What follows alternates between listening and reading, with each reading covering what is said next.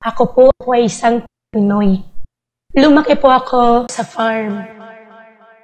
Ako po ay Filipino. Ang nanay ko po ay Filipina. Ako po ay isang Pinoy. Lumaki po ako sa farm. Ako po ay Filipino. Ang nanay ko po ay Filipina. Ako po ay isang Pinoy. Lumaki po ako sa farm. Ako po ay Filipino. Ang nanay ko po ay Filipina. Ako po ay isang Pinoy. Lumaki po ako sa farm.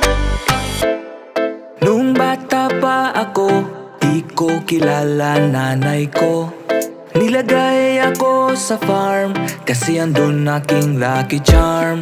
Tinuruang magnegosyo at dun ako unting natuto. Ngayon'y malaki na ako, ang aking pera ay lumubo. Ako po ay simpleng tao na merong negosyo. Marami pera ko, di dahil spiya ko ng Chino. Ako po ay Filipino. Ang nanay ko po ay Filipina. Ako po ay isang Pinoy. Lumaki po ako sa farm.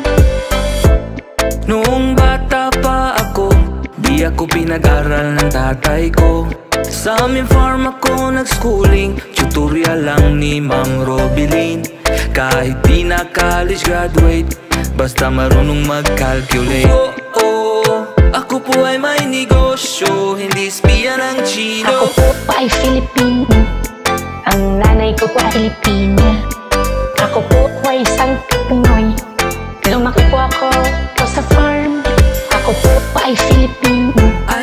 Ang nanay ko po ay Filipina. Ako po ay isang Pinoy.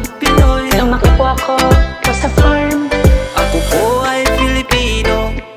Ang nanay ko'y Filipina. Ako po ay isang Pinoy. Lumaki po ako sa farm.